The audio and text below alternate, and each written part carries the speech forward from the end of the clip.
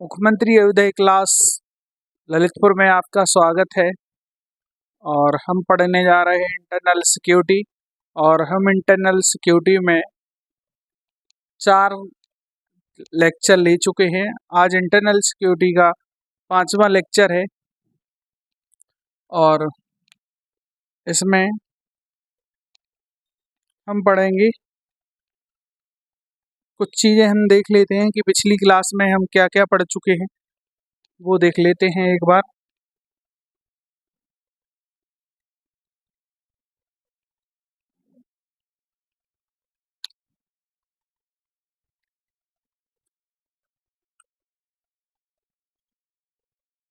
भारत की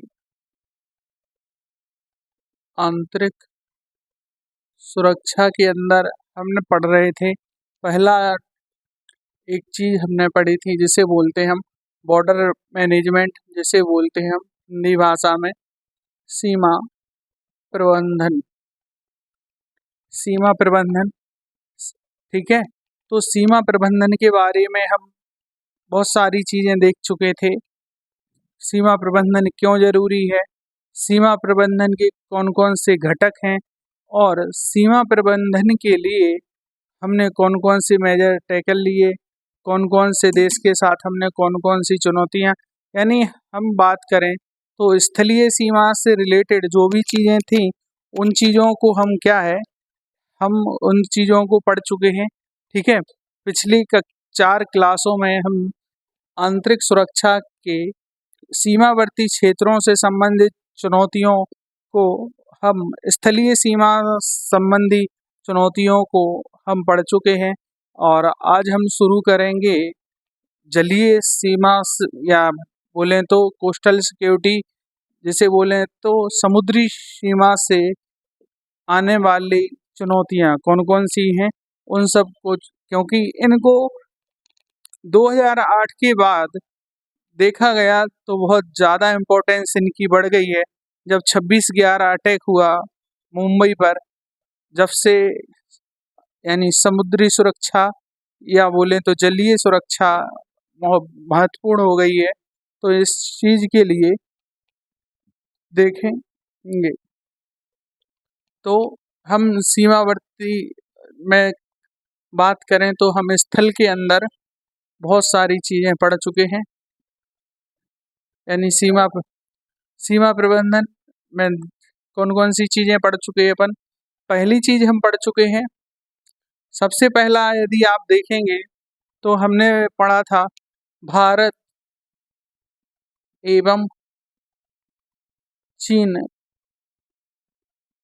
भारत एवं चीन की सीमा से संबंधित कौन कौन सी चुनौतियां हैं और भारत सरकार ने इसके लिए कौन कौन से कदम उठाए हैं। ठीक है। भारत सरकार ने इससे कौन कौन से कदम उठाए हैं। ठीक है। इस चीज़ को हम क्या है देख चुके थे। ठीक है। और इससे आगे हम पढ़ चुके हैं क्या, भारत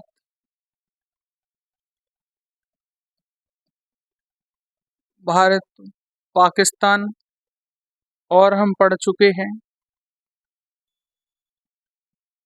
भारत नेपाल और भारत भूटान, और हम पढ़ चुके हैं भारत म्यांमार, और पढ़ चुके हैं भारत बांग्लादेश। यानी हमारे जो पड़ोसी देश हैं उनसे आने वाली कौन कौन सी चुनौतियां हैं, इन सब चीज़ों को हम पिछली क्लासों में हम इनका अध्ययन कर चुके हैं। और आज हम यानी ये जो थी कौन सी, यानी बोलें तो स्थलीय, अब हम कुछ जलीय क्या है, कुछ हम भारत की कुछ जलीय या बोले तो कोस्टल या तटीय सुरक्षा से लेकर कुछ चीजें हैं। तो सबसे पहले देख लेते हैं। तो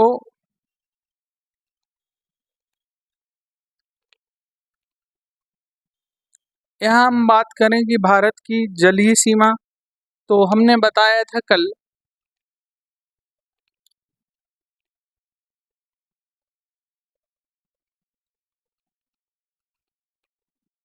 हमने बताया था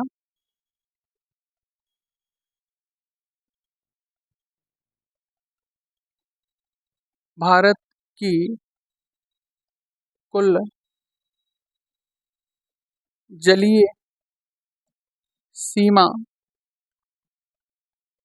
लगभग 7500 या बोलें तो 7516 किलोमीटर, 7516 किलोमीटर। जिसमें बात करें कौन कौन से राज्यों से लगती है सर्वाधिक सीमा, तो यानी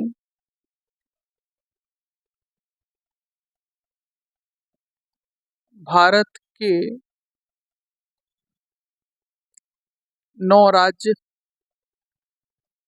एवं 4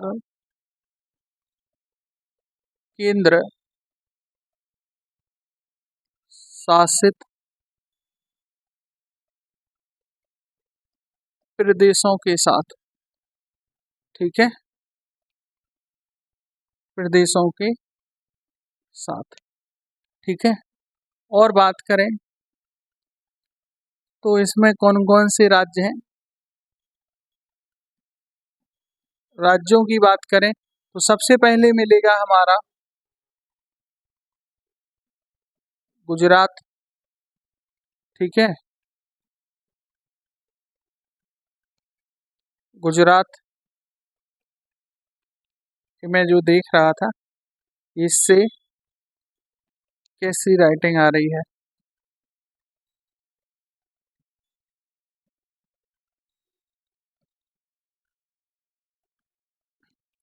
ठीक है। राज्यों की बात करें तो राज्यों में है सबसे पहले गुजरात, गुजरात के बाद मिलेगा हमारा महाराष्ट्र, महाराष्ट्र, महाराष्ट्र के बाद मिलेगा गोवा, गोवा के बाद मिलेगा कर्नाटक, कर्नाटक के बाद मिलेगा केरल, और केरल के बाद मिलेगा तमिलनाडु, तमिलनाडु के ऊपर मिलेगा आंध्र प्रदेश, आंध्र,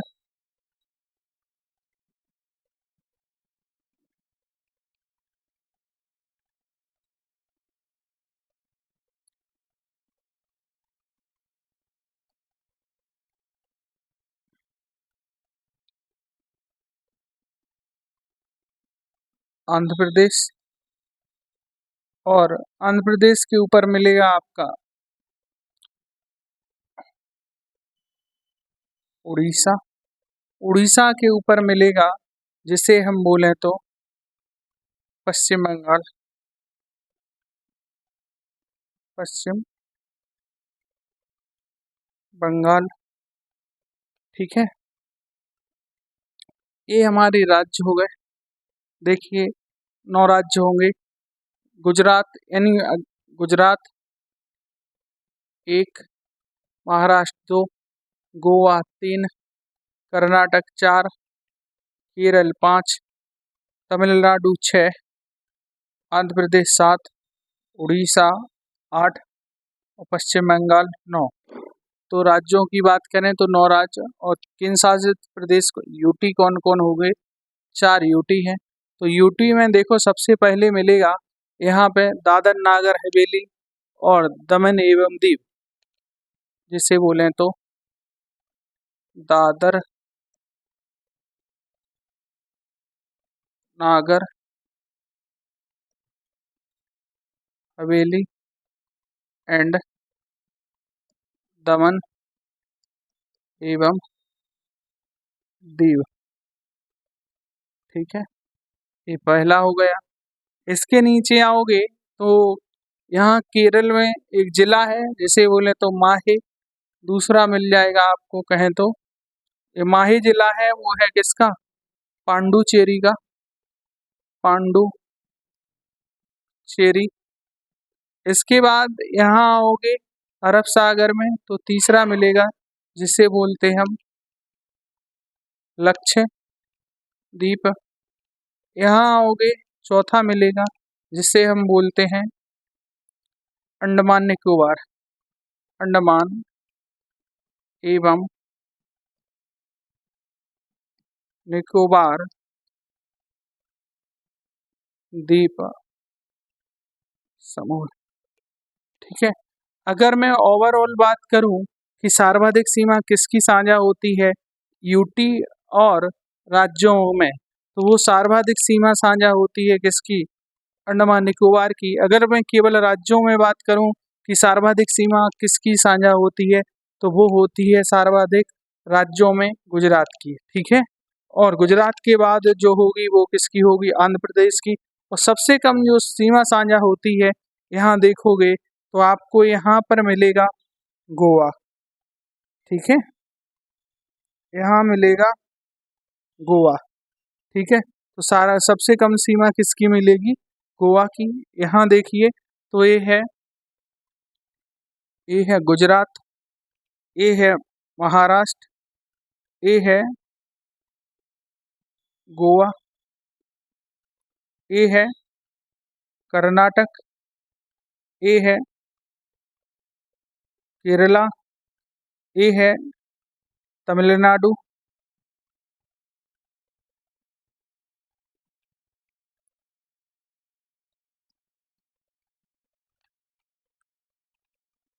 तमिलनाडु। यहाँ मिलेगा आपका आंध्र प्रदेश, यहाँ मिलेगा उड़ीसा, और यहाँ मिलेगा आपका वेस्ट बंगाल। ये जो आपको दिख रहा है ना, यहाँ देखोगे कुछ द्वीप हैं इस तरीके से, यहाँ भी तो इनको नाम दिया जाता है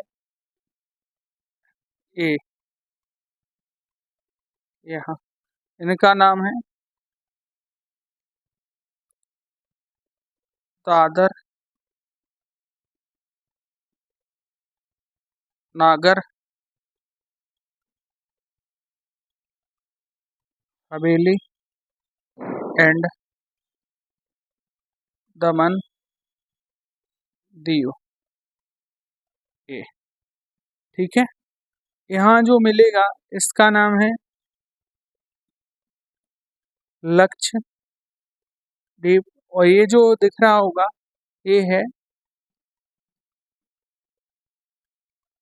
अंडमान एंड निकोबार आइलैंड्स। ठीक है, ये हम बात कर चुके हैं, तो ये बेसिक नॉलेज है। तो इसको सिक्योर करने के लिए क्या है, हमारे रीजनल मिलेगा, तो जैसे राज्यों की पुलिस मिलेगी। जैसे देखोगे तो यहाँ पर जैसे बिल्कुल यहाँ, चलो एक अगली स्लाइड देख लेते हैं। तो इसमें देख लीजिए कि ये सारी चीजें, यानी मैं राज्यों की बात कर चुका था। ठीक है,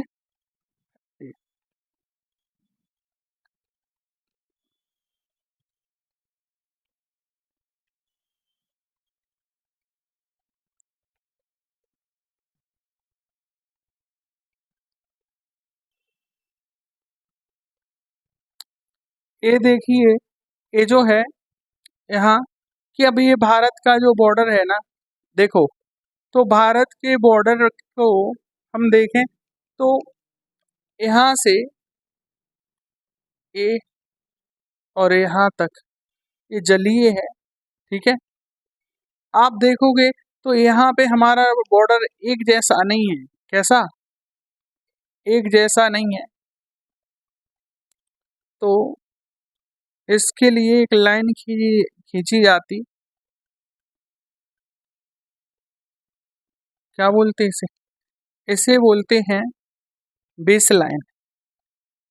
क्या बोलते? Base line.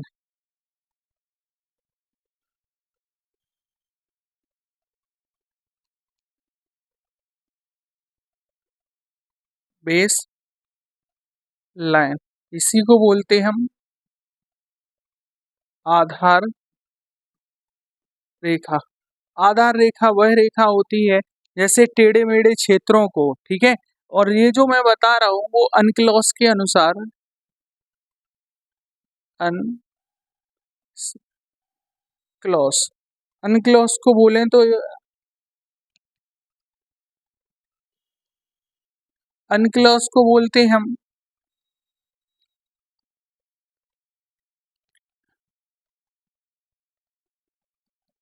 United Nation convention of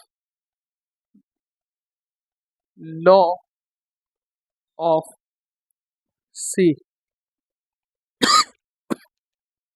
law of sea, ठीक है। इसके अनुसार यानी जो मैरी टाइम बॉर्डर है ना उनको डिफाइन किया गया, यानी जो ये छिछला क्षेत्र है ना इसको यानी एक जैसा बनाने के लिए एक रेखा खींची जाती है जिसे हम क्या बोलते हैं, जिसे हम बोलते हैं बेस लाइन। क्या बोलते? जिसे हम बोलते हैं बेस लाइन, ठीक है, जिसे हम क्या बोलते हैं, जिसे हम कहते हैं बेस लाइन, ठीक है। और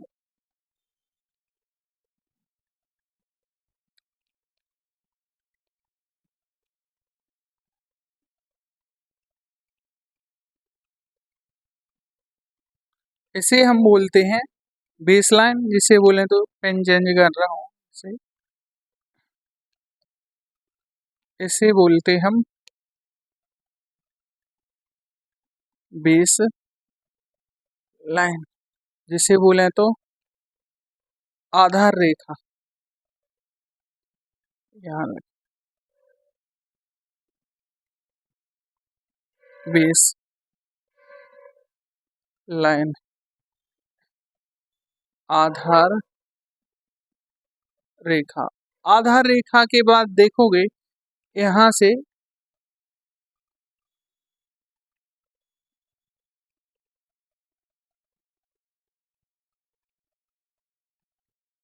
खिसक गया है,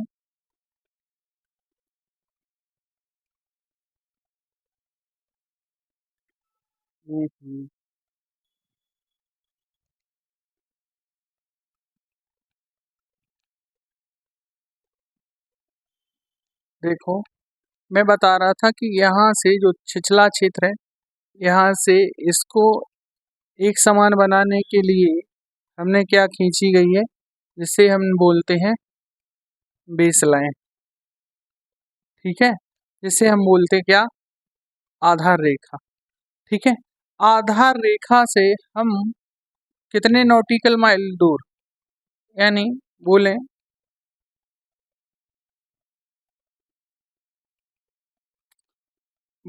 एक, ये जो दूरी होती है वो होती है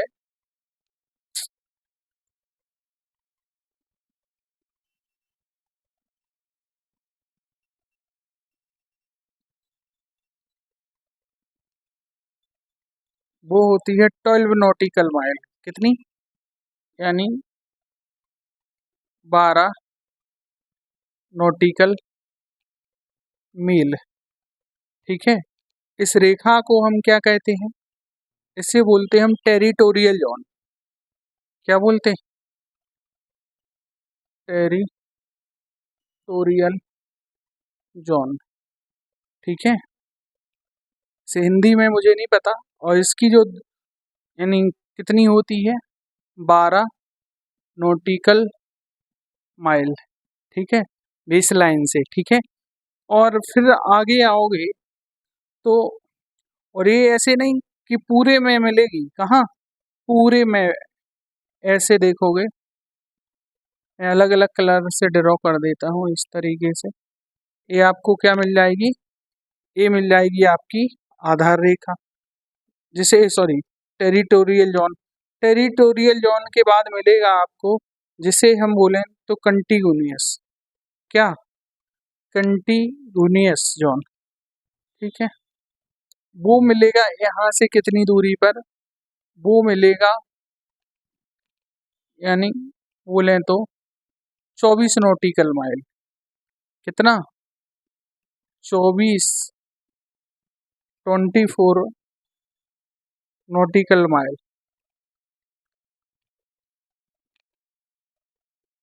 24 नॉटिकल माइल, ठीक है। जिसे हम क्या नाम देते हैं, इसे नाम देते हैं, जिसे हम नाम देते हैं कंटिगुनियस जोन, जिसे इसकी कितना रहता है, ये बेस लाइन से 24 नॉटिकल माइल, ठीक है। और बेस लाइन से आपको मिलेगा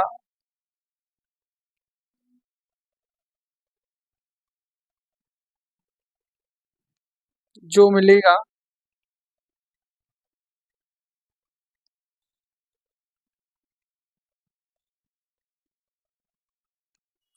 बेस लाइन से जो मिलेगा वो मिलेगा 200 नॉटिकल माइल। कितना, ये बेस लाइन से जो मिलेगा, जिसे बोलेंगे, जिसे हम बोलते हैं EEZ, जिसे बोला जाता है एक्सक्लूसिव इकोनॉमिक जोन, मिक जोन। ये 200 नॉटिकल माइल की डिस्टेंस पर होता है बेस लाइन से। इसके बाद जो क्षेत्र होता है, इसे हम क्या बोलते, फ्री जोन, फ्री,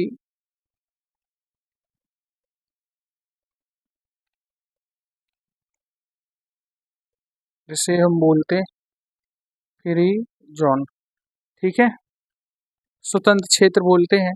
तो ये जो है ना, एक किसके द्वारा डिफाइन किया हुआ है, अनक्लॉस के अनुसार, United Nation convention law of sea द्वारा ये डिफाइन है कि बॉर्डर किसका क्या होगा।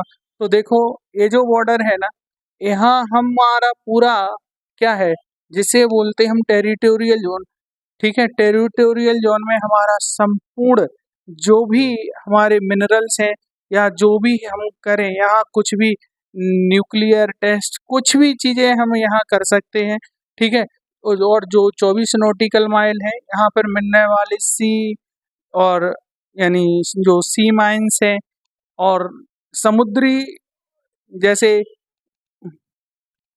समुद्र में पाए जाने वाले जो भी बहुमूल्य मिनरल्स हैं, तो यहाँ उनका उत्खनन कर सकते हैं 200 नॉटिकल माइल तक। अगर कोई भी यहाँ से कोई भी, जैसे कोई भी किसी भी देश का यदि शिप यहाँ से गुजरता है, तो हम ये हमारे आर्थिक अनन्य क्षेत्र से में आएगा। यहाँ भी कोई भी अगर रिसर्च कर सकते हैं, कोई भी यहाँ सर्विलांस कर सकते हैं, ठीक है।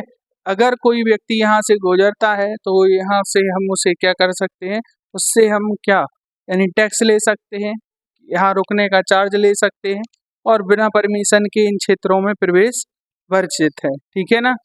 तो यहाँ मिलेगा, आप देखोगे तो इन चीज़ों को यदि आप समझ गए होंगे, तो फिर ये जो है ना, इसको क्यों बता रहे हैं ना, ये वैसे ज्योग्राफी का पार्ट है और इंटरनेशनल रिलेशन का पार्ट है। ये चीज़ इसलिए बता रहे हैं कि आपको आगे जो चीज़ समझनी पड़ेगी, जिसे बोलते थ्री लेयर सिक्योरिटी। क्या है three layer security? Three layer security मैं आपको, जैसे मैं बता रहा हूँ,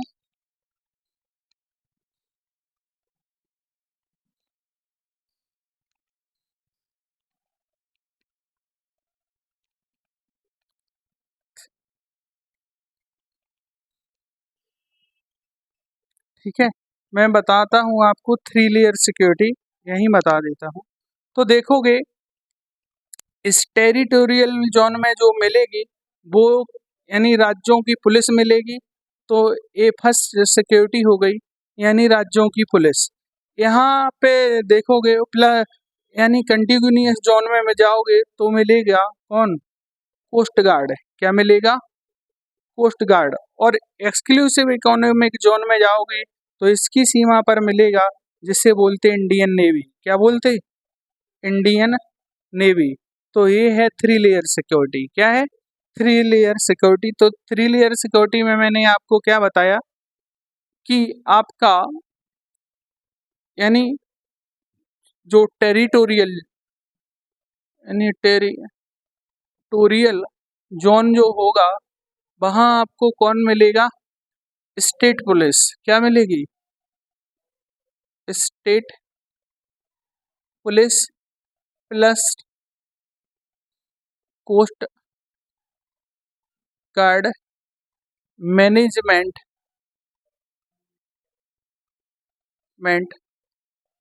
अथॉरिटी। ठीक है, ये मिलेगा टेरिटोरियल जोन में। फिर मैंने आपको दूसरा क्या बताया, कंटिन्यूअस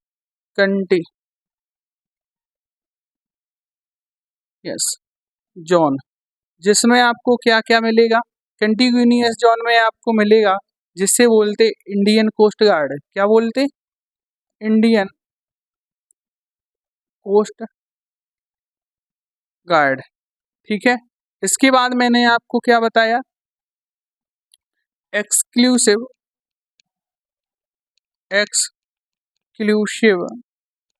इकोनॉमिक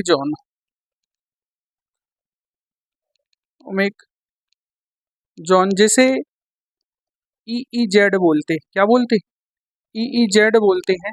जो EEZ मिलेगा वो आपको कहाँ तक मिलेगा, इसमें कौन मिलेगा, देखो यदि यहाँ डिफाइन करना चाहो तो ये इसकी बेसलाइन से डिस्टेंस कितनी मिलेगी, वो मिलेगी आपकी 12 नॉटिकल माइल। अब देखो एक मील होता है, एक नॉटिकल मील होता है। समुद्र की जो डिस्टेंस मापी जाती है वो नॉटिकल माइल में मापा जाता है। और देखो यदि ये आप पढ़े होगे तो देखो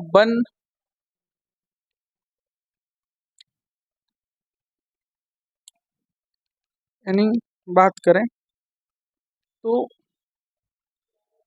1 मील इक्वल टू कितना होता है, 1600 मीटर या 1.6 किलोमीटर। और हम बोलें तो 1 नॉटिकल मील इक्वल टू होता है यानी 1800 मीटर। कितना, 1800 मीटर, 1.8 किलोमीटर। तो नॉटिकल माइल जो होता है मील से क्या होता है, बड़ा होता है। ठीक है ना, ये चीज़ें। तो ये क्या मिलेगा, यानी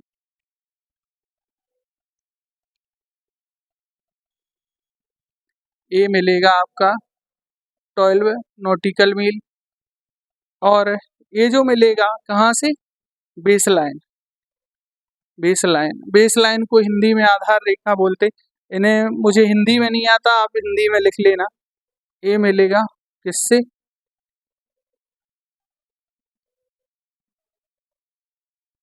बेस लाइन से।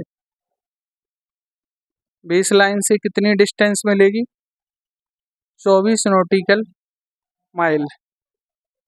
और ये कहाँ तक मिलेगा, ये मिलेगा बेस लाइन से आपका,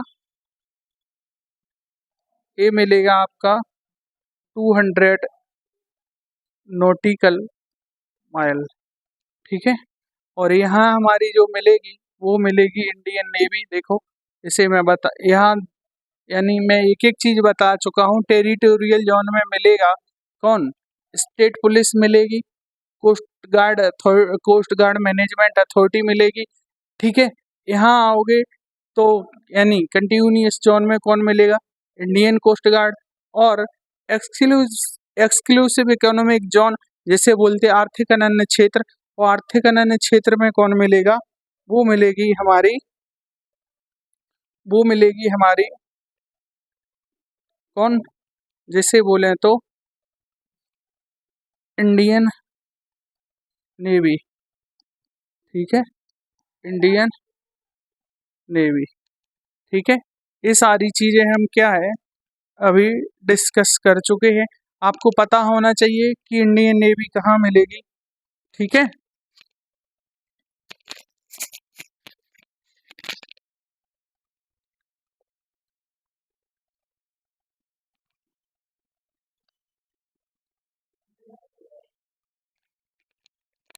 अब देखते हैं आगे। ठीक है, तो हमने बेसिक बेसिक चीजें जान ली हैं, यानी हमारे लिए कौन कौन सी चीजें। हमने अनक्लॉस के बारे में जाना, इंडिया के, हमने मैरीटाइम बॉर्डर के बारे में जाना। मैरीटाइम बॉर्डर को कौन डिफाइन करता है, अनक्लॉस करता है। और इसमें मैं क्या बताया कि सबसे पहले जो होता है बेसलाइन होती है, बेसलाइन के बाद देखोगे तो टेरिटोरियल जोन मिलेगा, टेरिटोरियल जोन में स्टेट पुलिस मिलेगी। फिर मैंने क्या बताया, कंटिगुनियस जोन, वो कंटिगुनियस जोन में मैंने ये बताया कौन मिलेगा, इंडियन कोस्ट गार्ड मिलेगी। ठीक है, और फिर मिलेगा ईईजेड जिसे बोलते हैं एक्सक्लूसिव इकोनॉमिक जोन, और इसमें कौन मिलेगा, जिसे बोले तो इंडियन नेवी मिलेगी। ठीक है, ये सारी चीजें हैं। इसके बाद देखो अगली चीज देखते हैं। अगली चीज ये है कि हमारे लिए यानी इंडियन जो कोस्टल रीजन है इसे सिक्योर करने की क्या जरूरत है। ठीक है, भारत के तटीय क्षेत्रों के लिए सुरक्षा चुनौती क्यों जरूरी है। तो देखोगे 2008 के बाद 26/11 अटैक के बाद यानी सरकार सतर्क हो गई कि देखो पहले सरकार इतना ध्यान नहीं देती थी। पहले सरकार जो ध्यान देती थी वो देती थी टेरिटोरियल बॉर्डर पर। कौन से टेरिटोरियल बॉर्डर पर, जैसे बोले तो स्थलीय क्षेत्रों पर, जैसे बोले तो ए, चीन और चीन और भारत के बॉर्डर पर, भारत पाकिस्तान के बॉर्डर पर, इन पे ज्यादा फोकस करती थी। फिर आतंकवादियों ने एक नया रास्ता खोजा जिसे बोले तो समुद्री मार्ग। क्या है, समुद्री मार्गों के माध्यम से इन लोगों ने वही हरकतें शुरू की जो हरकतें कहाँ से, जो टेरिटोरियल बॉर्डर से कर रहे थे। तो भारतीय, अगर हम बोले भारतीय एक,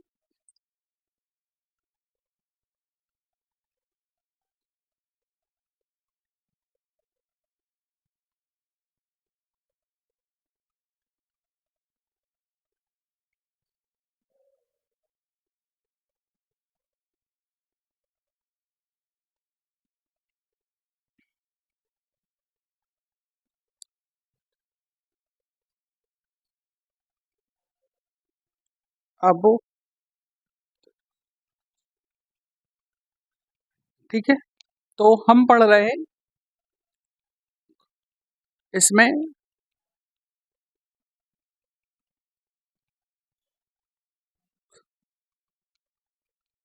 कोस्टल कोस्टल सिक्योरिटी और coastal security challenge and there management. ठीक है, इसे बोले हिंदी भाषा में, हिंदी भाषा में बोले तो तटीय सुरक्षा चुनौती एवं समाधान। ठीक है, मैनेजमेंट, ठीक है, समाधान। तो इसमें सबसे पहली चीज है वही चीज आती है, why are the need behind of coastal security, यानी कोस्टल सिक्योरिटी या तटीय सुरक्षा क्यों जरूरी है। तो सबसे पहले हम क्यों का जवाब देते हैं, क्यों क्या है भाई। ठीक है, इसके लिए बात की जाए, यानी चलो बच्चों की शिकायत रहती है कि सर थोड़ा मैं अब हिंदी में जरूरी है। क्यों, तो क्यों इसलिए भारत की एकता एवं अखंडता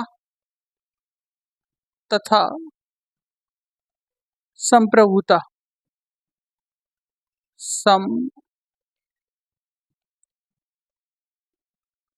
संप्रभुता प्रभुता। ठीक है, ये पहला पॉइंट है कि भारत में क्या बनी रहे, एकता बनी रहे एवं अखंडता बनी रहे, क्योंकि कई एलिमेंट जो आते हैं, एंटी इंडिया एलिमेंट कुछ ऐसे आते हैं जो भारत को क्या है, बाइफरकेट करने यानी तोड़ने का काम करते हैं। तो वो चीज़ें ना हो और भारत में यूनिटी बनी रहे और क्या बनी रहे, सॉवरेनिटी बनी रहे। ठीक है, ये चीज़ है। और अगली चीज़ है, भारत में गैर कानूनी गतिविधियों गैर कानूनी गतिविधियों की क्या रोकथाम। क्या है, भारत में गैर कानूनी गतिविधियों की क्या रोकथाम। ठीक है, और और अगली चीज क्या है, ठीक है, और है अगली चीज है, अपने भूभाग की रक्षा अपने अपने भूभाग की रक्षा और और बोलें तो और कौन कौन सी चीज है, जैसे हथि बोलें तो हथियार,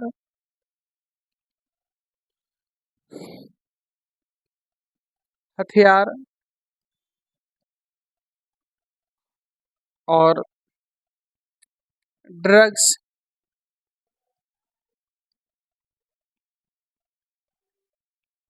हिंदी लिखना मेरे लिए बहुत चुनौतीपूर्ण काम है। ड्रग्स और मानव तस्करी, मानव तस्करी। ठीक है, मानव तस्करी। ठीक है, और बोलें तो अब क्या होता है कि और भी कई चीजें होती हैं, इन सब चीजों का तो होता ही है। और क्या होता है, भारत में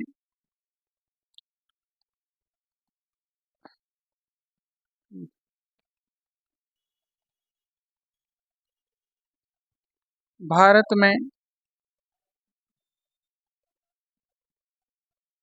अवैध प्रवास। ठीक है, भारत में जो इलीगल इमिग्रेशन है उसे रोकना, क्योंकि जब ये लोग क्या है, यानी टेरिटोरियल बॉर्डर से नहीं आ पाएंगे तो कहाँ से घुसने का प्रयास करेंगे, समुद्री माध्यम माध्यम से। ठीक है, और कौन सी चुनौतियां हैं भारत में, भारत में जाली मुद्रा, फेक करेंसी। भारत में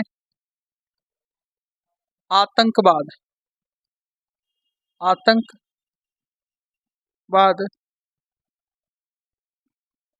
जैसी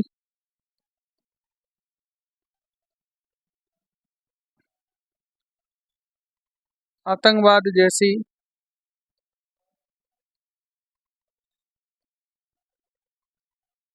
घटनाओं को अंजाम।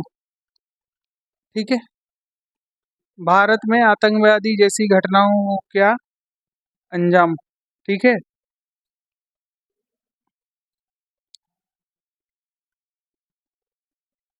ठीक है, इसके बाद देखेंगे तो और कौन सी चीज है। ठीक है, अब क्या होता है, भारत का भारतीय अगर भारत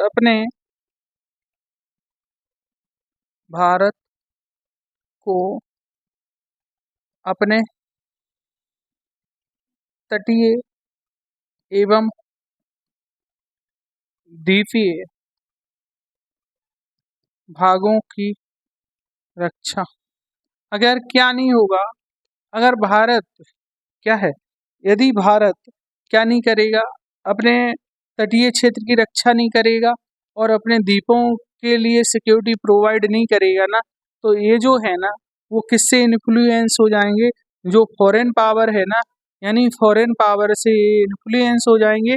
और जो फॉरेन पावर है यानी, तो वो सेपरेटिस्ट मूवमेंट इंडिया में क्या है, यानी बाया, देखो यहाँ करेंसी डंप करके यानी पैसा डालकर यहाँ पे एंटी सेपरेटिस्ट मूवमेंट यहाँ हो जाएंगे, आतंकवादी जैसी घटनाओं का अंजाम होगा, जाली नोट भारत में प्रवेश करा देंगे और अवैध आप्रवास जैसी और हथियार, ड्रग्स, मानव तस्करी और ह्यूमन ऑर्गन, बहुत सारी जो ऐसी समस्या हैं, इनका अगर जो नेगेटिव एलिमेंट है, अगर ये प्रवेश करा दी जाएंगी, जिससे भारत की आंतरिक सुरक्षा में क्या होगा, एक चैलेंज पैदा होगी।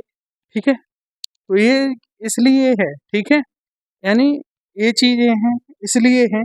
ठीक है, और कई बार तो ये होता कि वन्य जीवों की, कौन से वन्य जीवों की क्या की जाती, तस्करी। कुछ जो चीजें होती हैं ये समुद्री माध्यम से, ये लोग क्या है कि ये बहुत दूर से लाते हैं और कई, और ये जो है ना बॉर्डर के आसपास यानी छोड़ देते हैं और वहाँ इसे, वहाँ के मछुआरों को पैसा देके, जैसे मछुआरे जो होते हैं वो ईजेड तक जाते हैं, कहाँ तक जाते हैं, ईजेड तक जाते हैं, और किसी देश को पैसा देके ये क्या करते कि ईजेड के पास उस जो यानी कोई एनिमल है, पेट एनिमल है, जो यानी बात करें तो जिसे क्या है, जो यूनाइटेड नेशन की जो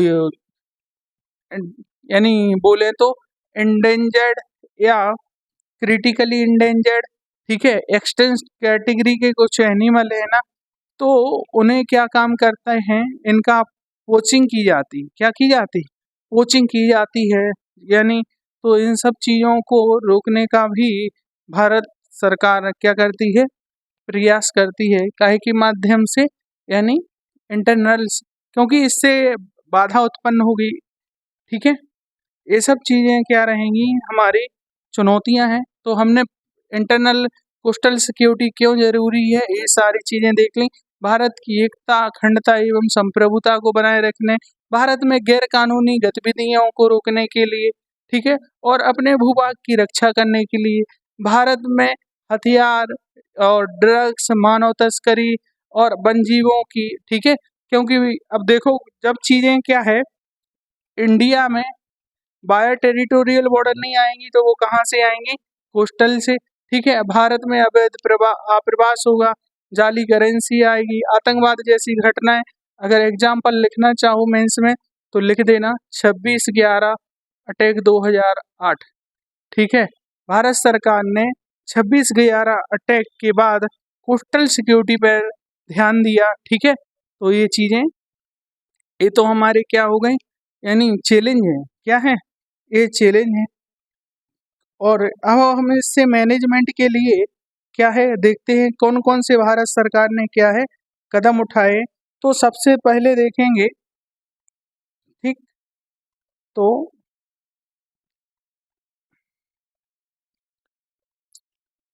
अब कई देशों में क्या होता है कि अस्थिरता बनी रहती है, क्या बनी रहती, अस्थिरता बनी रहती है, जिस कारण उस देश के जो यानी सिटीजन है, नागरिक हैं, तो वो क्या है कि अप्रवास कर जाते हैं, क्या कर जाते हैं,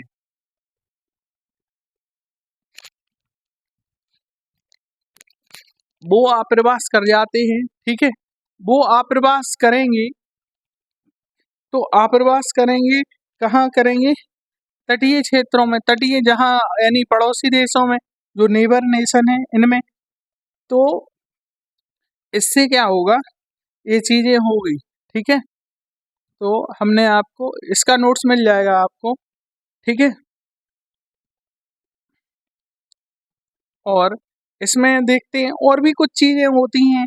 कौन कौन सी चीजें होती हैं कि क्या नाम से, जैसे भारत और श्रीलंका से क्या है, भारत और श्रीलंका का जो बॉर्डर है ना, ठीक है, वो बिल्कुल एक इंटरनेशनल रिलेशन में आपने पढ़ा होगा कि जो भारत की भूभाग है ना, वो श्रीलंका के ईजेड से केवल कितना है, केवल 32 किलोमीटर की दूरी है। ईजेड तो बात दूसरी है, यानी भारत का, ठीक है, भारत के भूभाग से कितना 32 किलोमीटर की दूरी पर है। तो ये क्या रहता है कि जो भारत के मछुआरे हैं वो उनके ही वहां चले जाते हो, हमारे मछुआरे तो क्या है, वो उन्हें कैप्चर कर लेते हैं। तो ये हमारे लिए क्या है, एक प्रॉब्लम बनी रहती है, या आपने पढ़ा होगा इंटरनेशनल रिलेशन में, ठीक है। और श्रीलंका के साथ हमारे कुछ, एक कच्छ तीवू नाम का द्वीप है जो भारत ने गिफ्ट किया था श्रीलंका को, ठीक है। उससे रिलेटेड भी बहुत सारे इशू बने रहते हैं। हमारे जो मछुआरे हैं वो फिशरमैन वो पहुंच जाते हैं कच्छ आइलैंड के आसपास, तो वो लोग क्या कर लेते हैं, इन्हें कैप्चर कर लेते, हॉस्टाइल बना लेते, और वहां से वो लोग आते तो वो सेम कंडीशन इंडिया में है, ठीक है। तो ये चीजें बनी रहती हैं, ये भी क्या है, एक चैलेंज है, ठीक है। समुद्री सीमा पर मछुआरे को अगर लिख लेना तो ये भी एक क्या है, ये एक भी एक समस्या है, ठीक है, जो भारत में एक क्या है, आंतरिक सुरक्षा पैदा करती है। अब हम देखेंगे, ये तो हमने क्या जान ली हैं, कुछ चुनौतियां जान ली हैं। अब बात करते हैं हमने कौन कौन से समाधान या प्रयास, ठीक है, यानी हमने मैनेजमेंट के तौर पे क्या किया, यानी मैनेजमेंट के तौर पे हमने क्या किया है, ठीक है। तो मैनेजमेंट के तौर पर देखेंगे तो हमने क्या किया, यानी जिसे बोलें तो समाधान और समाधान, इसी को बोले तो क्या अपन ने प्रयास की है,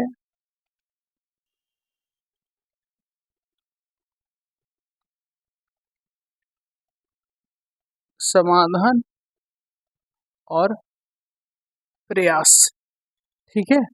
समाधान और प्रयास, तो सबसे पहला प्रयास हमने ये किया कि सर्विलांस, क्या किया, जिसे बोलें तो निगरानी, निगरानी, निगरानी काय के द्वारा, तो निगरानी हम कर रहे हैं भैया सैटेलाइट, किसके द्वारा,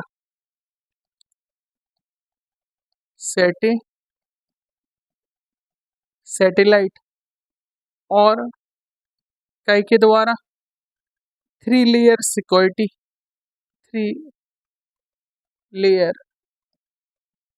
सिक्योरिटी, ठीक है। पहली कौन सी होगी, स्टेट पुलिस, स्टेट पुलिस कहाँ मिलेगी, टेरिटोरियल जोन में, ठीक है। और दूसरी कौन सी होगी, जिसे बोलें तो coast guard, Indian coast guard, coast guard, coast guard कहाँ मिलेगी, कंटिन्यूअस जोन में। फिर जो होगी जिसे बोलें तो इंडियन नेवी, इंडियन नेवी, ठीक है। और यहाँ कौन मिलेगा, ये जो रहेगी कहाँ रहेगी, EEZ में। तो हमने 3 लेयर सिक्योरिटी की बात की, ठीक है।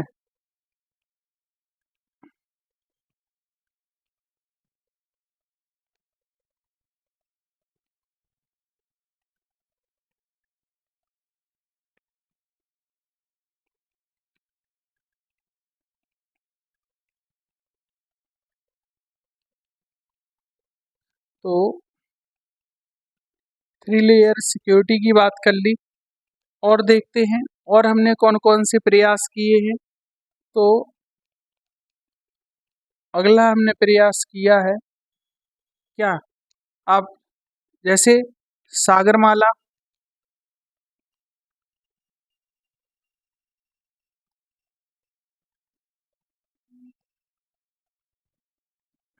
यदि आपने पढ़ा होगा सागर माला।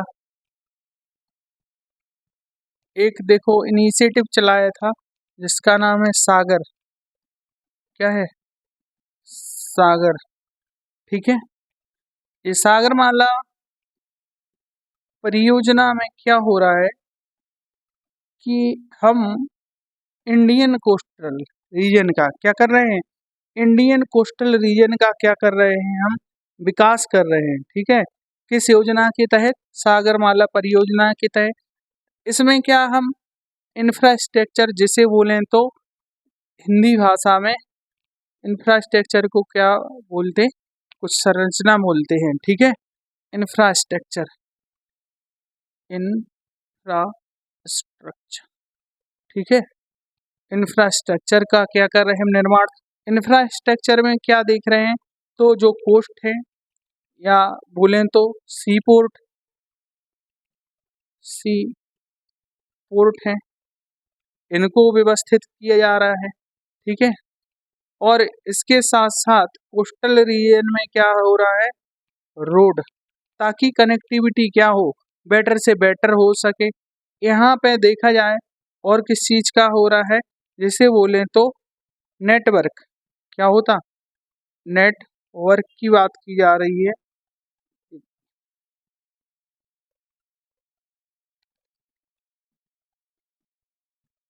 नेटवर्क, ठीक है। अरे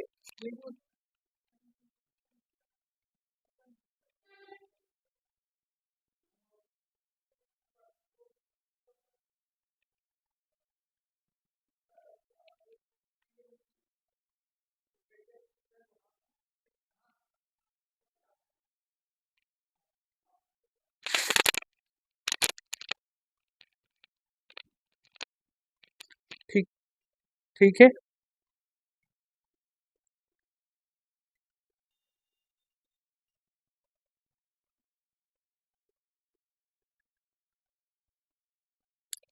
तो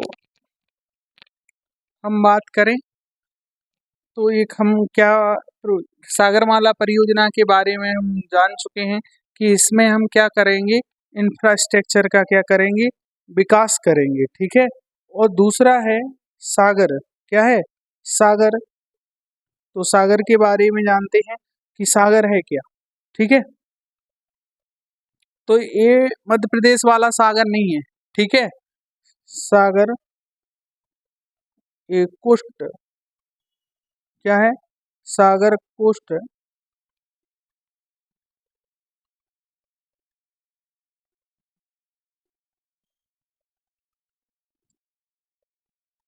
ठीक है। इसके द्वारा क्या किया जाएगा, यानी सागर पॉलिसी के अंदर देखो हम क्या काम करेंगे कि जो सी कोस्ट यानी जो कोस्टल रीजन है उसको स्वच्छ बनाएंगे, क्या बनाएंगे, स्वच्छ बनाएंगे, ठीक है। जैसे बहुत सारे कोस्टों को क्या जाता है, क्या दिया जाता है, जैसे ब्लू फ्लैग, क्या है, ब्लू फ्लैग, ठीक है। तो ये सब चीज़ें क्या होगी, ये सब चीज़ें रहेंगी, ये। और अगला देखते हैं, तो अगला क्या मिलेगा आपको, कुछ सर्विलांस, क्या है, कुछ सर्विलांस, ठीक है। और यहाँ पे देखेंगे तो कुछ टीम मिलेगी, जैसे एनडीआरएफ की टीम मिलेगी, क्या मिलेगी, एनडी एनडीआरएफ, ठीक है। एनडीआरएफ की टीम मिलेगी, नेशनल डिजास्टर मैनेजमेंट वाली। तो यहाँ पे कोई जैसे कोस्टल रीजन में कोई कई इंसिडेंट कुछ चीज़ें होती हैं, तो उन चीज़ों को क्या है, उन चीज़ों को टैकल करने के लिए यहाँ एनडीआरएफ भी तैनात रहती है। तो ये जो मेजर क्या है, मेजर मेजर जो गवर्नमेंट ने कुछ इनिशिएटिव लिए हैं, मैंने जैसे सागर इनिशिएटिव की बात कर चुका हूँ, सागरमाला परियोजना की बात कर चुका हूँ, और यहाँ पे NDRF की बात कर चुका हूँ।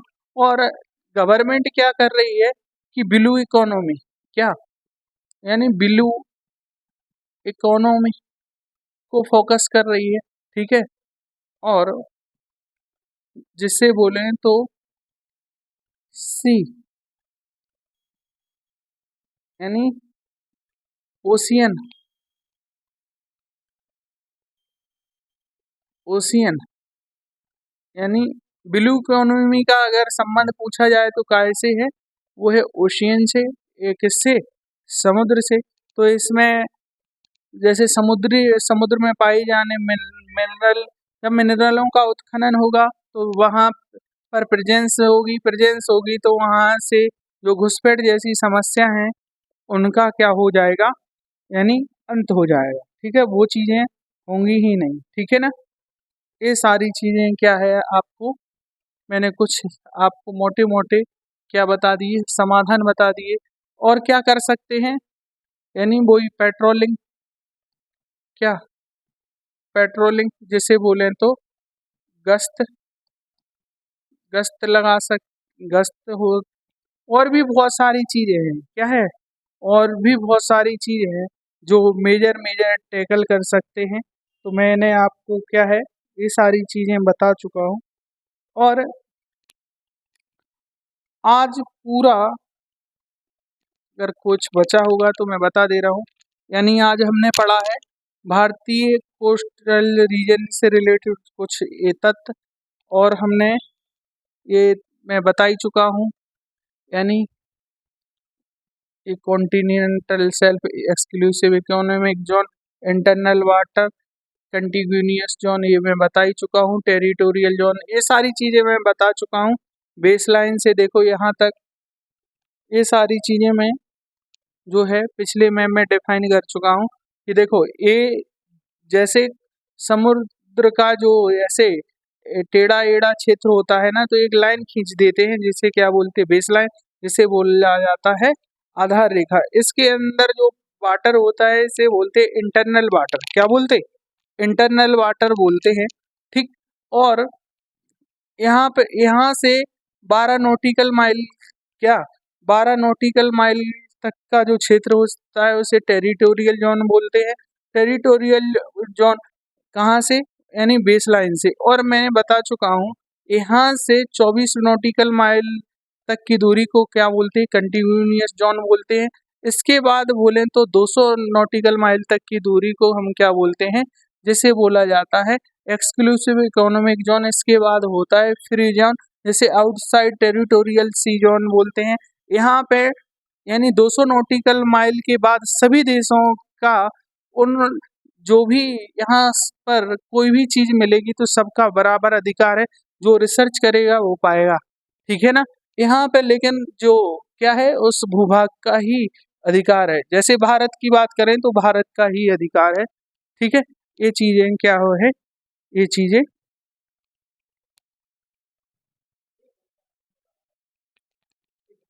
ठीक है। तो हमने कुछ चीज़ें हैं, मैं आपको और बता देता हूँ कि देखो श्रीलंका के साथ क्या है कि यहाँ पे एक द्वीप है जिसका नाम है कच्छतीवो, ठीक है। और यहाँ से जाएंगे, ठीक है, ये तमिलनाडु से, तो यहाँ से यहाँ कुल कितने 32 किलोमीटर की दूरी मिलेगी, क्या मिलेगी, 32 किलोमीटर की दूरी मिलेगी ओनली।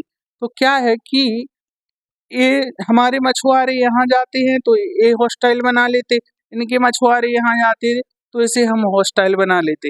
अब देखना हमारे लिए आंतरिक कोस्टल सिक्योरिटी क्यों क्या है जरूरी है, इसके लिए देखिए कि क्योंकि हमारे आसपास के जितने भी देश हैं, कितने जितने भी देश हैं, इनको चाइना क्या कर रहा है, बहुत सारी फंडिंग दे रहा है।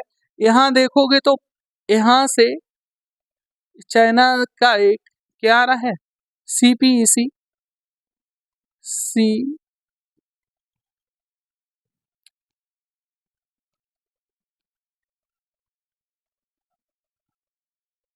CPEC China Pakistan economic corridor. यहाँ देखोगे तो एक बंदरगाह है जिसका नाम है ग्वादर। क्या नाम है? ग्वादर बंदरगाह है। यहाँ देखोगे तो मालदीव है। मालदीव में बोले तो मालदीव की गवर्नमेंट को चाइना ने बहुत सारा पैसा प्रोवाइड करा, यानी लाइन ऑफ क्रेडिट, यानी बहुत सारा डेट दिया है। और वो पहले चाइना की एक पॉलिसी है कि चाइना इनिशियली वो एक आपके उस दोस्त की तरह होता है कि जो आपको कर्ज में धकेलता है। अगर आपसे बोलेगा, क्या बोलेगा, जैसे आपका कोई दोस्त होगा, वो बोलेगा भाई तू ये चीज ले ले, ये तेरे लिए बहुत अच्छी सूट करेगी। और वो बोलेगा भाई मेरे पास पैसे नहीं है, बोलेगा भाई तू मुझसे ले ले, तू जब चाहे तब दे देना है, ठीक है। और अभी मुझे 10 साल तक तो पैसे की जरूरत है नहीं। फिर ये दोस्त क्या काम करेगा, जब आपकी पास पैसा नहीं होगा तब ये दोस्त आपसे बोलेगा मुझे भाई पैसे की बहुत ही सख्त जरूरत है, पैसे दे दो। तुम बोलोगे मेरे पास तो पैसे हैं नहीं, तो बोलेगा तुम ऐसा करो कि उसे दिख रही थी तुम्हारे हाथ में एक बहुत प्रीसियस घड़ी, तो यानी उसकी उसने वो आपको उधार दिया वो घड़ी छीनने के लिए। क्या? घड़ी छीनने के लिए, ठीक है। तो फिर बोलेगा कि ऐसा करो तुम्हारे पास पैसा नहीं है ना भाई, ये घड़ी दे दो। तो सेम पॉलिसी पे काम करता है, डेट ट्रैप पॉलिसी पे। कौन? चाइना। चाइना बहुत सारा, देखो पहले इनिशियली पाकिस्तान को बहुत सारा कर्ज दिया, फिर बोला कि नहीं हमें पैसे की कोई ज़रूरत नहीं है। फिर उसने धीमे से कहा कि नहीं अब हमें पैसे की ज़रूरत है। तो उसने कहा अच्छा पैसे की ज़रूरत है, तो फिर क्या? तो उसने कहा कि पैसा तो हमारे पास है नहीं, पैसा नहीं है। तो उसने कहा कि चलो ऐसा करो हमें यहाँ से रोड डाल लेने दो। तो उसने कहा ठीक है डाल लो। उसने कहा कि हमें एयरबेस बनाने के लिए एक जगह दे दो, ठीक है। तो उसने ग्वादर बंदरगाह पे एक क्या है, आर्मी के लिए एक क्या बना दिया, आर्मी बेस, ठीक है। यानी बोले तो सेना का एक अड्डा यहाँ बना दिया। मालदीव को इसने बहुत सारा पैसा दिया, तो यहाँ पे एक क्या है, यानी एक आर्मी बेस बनाने की यहाँ बात की जा रही है। यहाँ पे देखोगे तो एक क्या मिलेगा, ये एक यानी एक बंदरगाह है जिसका नाम क्या है, हम्बन हम्बन टूटा, हम्बन टूटा।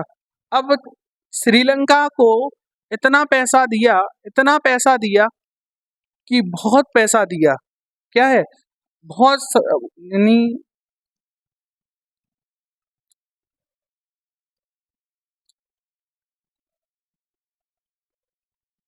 हम्बन टूटा। ये हम्बन टोटा क्या है? ये बंदरगाह है, बंदर गाय है। और ये 99 ईयर के लिए चाइना ने क्या है, लीज पे ले लिया। अब क्या है कि चाइना क्या काम करता है, बोलता है कि नहीं सिर्फ हमने ये जो है ना इम्पोर्ट एक्सपोर्ट के लिए मैनेजमेंट करने के लिए लिया है। ये चाइना कई बार क्या करता है, यहाँ से इंडिया के जो इसरो, डीआरडीओ, बहुत सारे जो यानी काम हो रहे हैं डिफेंस पर, उनकी निगरानी करने के लिए यहाँ से क्या है, सर्विलांस करता है, जो हमारी भारतीय भारतीय आंतरिक सुरक्षा को क्या है, यानी क्या करता है, एक चुनौती उत्पन्न करता है। फिर यहाँ देखोगे तो म्यांमार को बहुत सारा पैसा दिया है, तो यहाँ भी बोलता है कि एक, तो इस तरीके से देखोगे ना तो पूरी की पूरी एक क्या बना ली उसने, एक मोतियों की माला बना ली, ठीक है। जिससे चाहे इंडिया को क्या कर सके, काउंटर कर सके। नेपाल को बहुत सारा पैसा देता है, तो नेपाल देखोगे तो चाइना ने बॉर्डर एरिया में बहुत सारा इंफ्रास्ट्रक्चर क्या कर दिया, रेडी कर दिया है। तो ये किस लिए कर रहा है, यहाँ देखोगे तो म्यांमार में तख्ता पलट करा दिया। क्या करा दिया? तख्ता पलट करा दिया। देखो यहाँ देखोगे तो म्यांमार में चीन का इन्फ्लुएंस है, यहाँ देखोगे तो पाकिस्तान में किसका, चीन का इन्फ्लुएंस मिलेगा। अभी मालदीव में देखोगे तो चीन का इन्फ्लुएंस मिलेगा, ठीक है। श्रीलंका में देखोगे तो अब देखो क्या करना पड़ता है, इंडिया को बहुत सारा पैसा फ्री में बांटना पड़ता है, जिसे बोलते लाइन ऑफ क्रेडिट। क्या बोलते? लाइन ऑफ क्रेडिट, ठीक है। बहुत सारा पैसा इंडिया है ना, हर साल देखा होगा बांग्लादेश के लिए कुछ अभी बजट में डाल देता कि 50 मिलियन पैसा, और श्रीलंका के लिए, मालदीव के लिए। क्यों देना पड़ता है ये फ्री का पैसा? फ्री का पैसा इसलिए देना पड़ता है, यदि हम फ्री का पैसा नहीं देंगे ना तो इन देशों का चाइना के प्रति क्या हो जाएगा, अधिक निर्भरता बढ़ जाएगी, जिससे भारत की आंतरिक सुरक्षा में क्या होगी, एक चुनौती उत्पन्न होगी। इसलिए हम मालदीव, श्रीलंका, बांग्लादेश, म्यांमार और नेपाल जैसे देशों को बहुत सारा लाइन ऑफ क्रेडिट देते हैं, ठीक है, जिससे ताकि हमारी आंतरिक सुरक्षा को एक क्या ना मिले, चाइना की ओर से एक चुनौती ना मिले। क्योंकि देखो इंडिया को काउंटर करने के लिए देखो यहाँ अफगानिस्तान में तालिबान की सरकार ला दी, यहाँ देखो यूएसए ने तख्ता पलट करा दिया। ये जो बड़े बड़े देश है ना, इनका काम होता है कि अपनी पसंद की सरकार लाना, ठीक है, ताकि और बड़े बड़े देखो, बड़े बड़े देशों की एक ही पॉलिसी होती है कि वो फोकस करते हैं इकोनॉमिकली, ठीक है।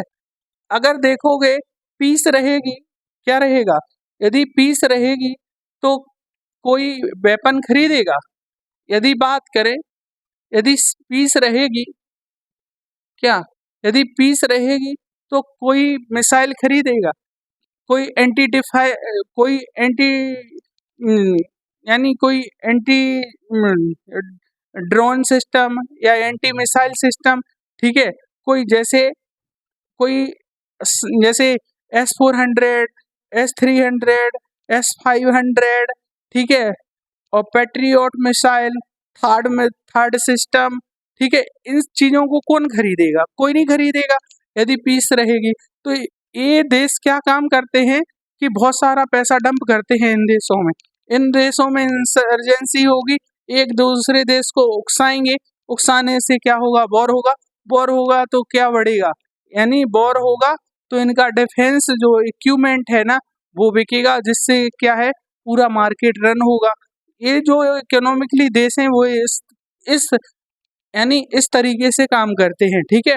और चाइना ने पीस के साथ साथ एक और चीज लाया जिसे बोलते डेट ट्रैप पॉलिसी। क्या बोलते, डेट ट्रैप पॉलिसी।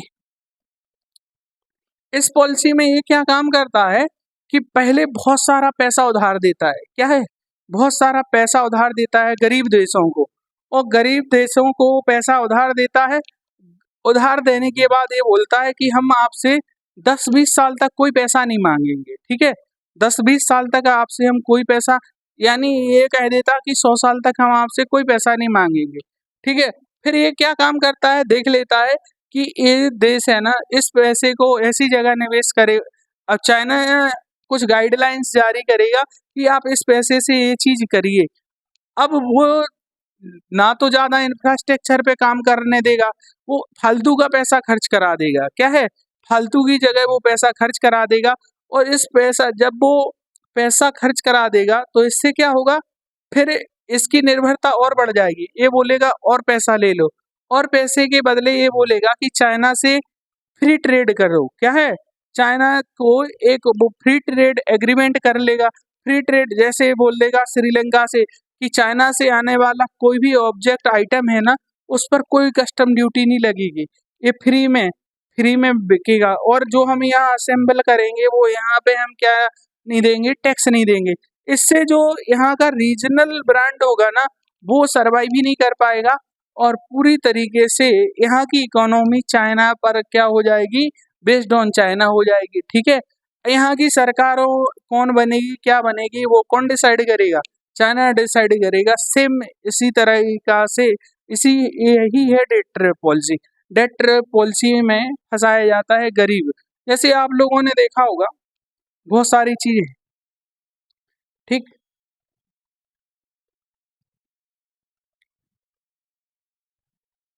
जैसे ये बिल्कुल वही जमींदारी वाला सिस्टम है।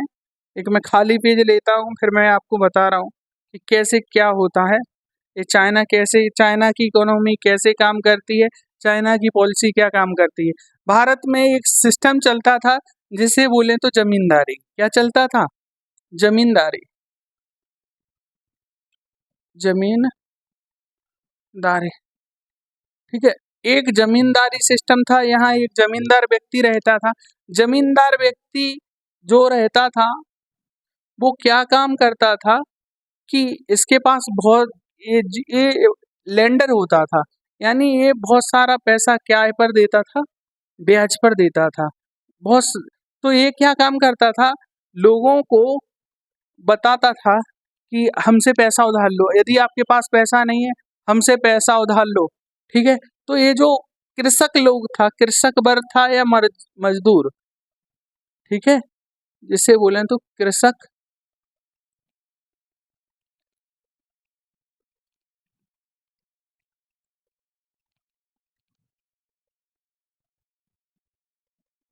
एक कृषक और मजदूर, इसको क्या देता था, ये पैसा उधार देता था, ये पैसा उधार दे देता था और बोलता था कि कुछ दिन हमें मतलब 10 साल तक पैसा नहीं चाहिए, तुम ले लो, ठीक है। और पैसा ले लेता था ये व्यक्ति, और ये व्यक्ति कहता था, ये व्यक्ति के पास, कृषक के पास खुद की जमीनें नहीं होती थी, दूसरों के खेतों में काम करता था, यानी बटाई से काम करता था या ठेका पर काम करता था।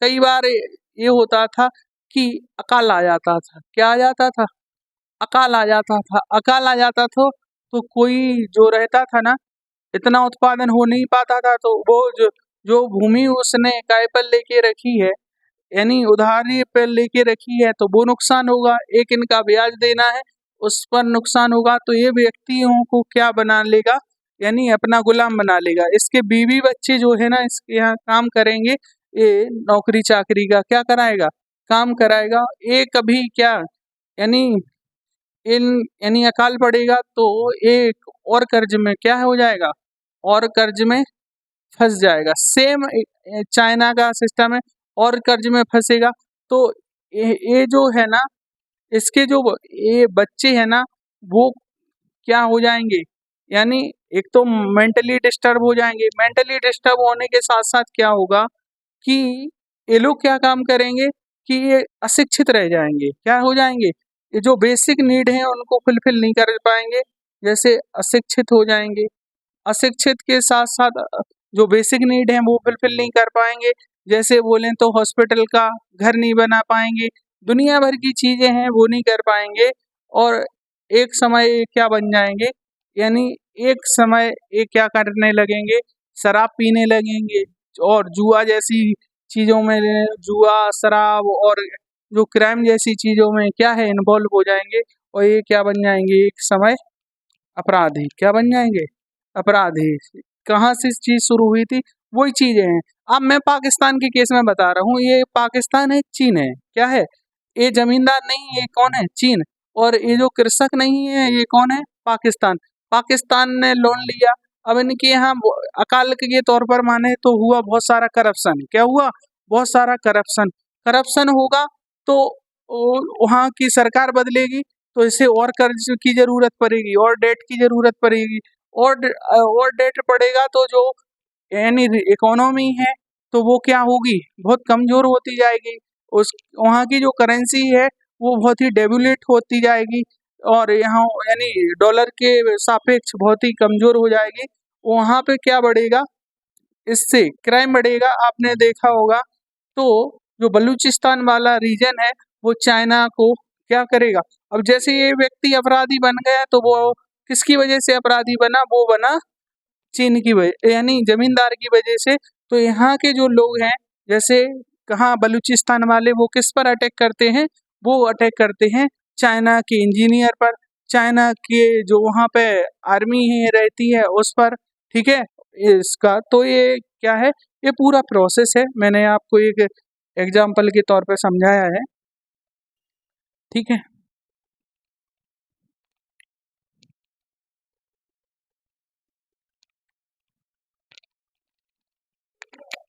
कितने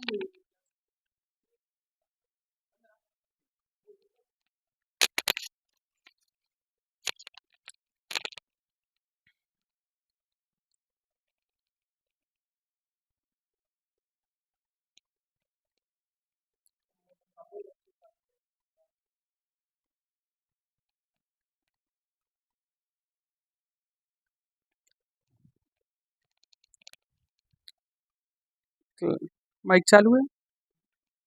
आज आंतरिक सुरक्षा की जो अंतिम क्लास थी, हमने 5 कक्षाओं में आंतरिक सुरक्षा को पूरी यानी टेरिटोरियल रीजन, कोस्टल रीजन, पूरी तरीके से हमने कवर कर चुका हैं। ठीक है, कल से हम नेक्स्ट टॉपिक के बारे में पढ़ेंगे। Thank you, God bless you.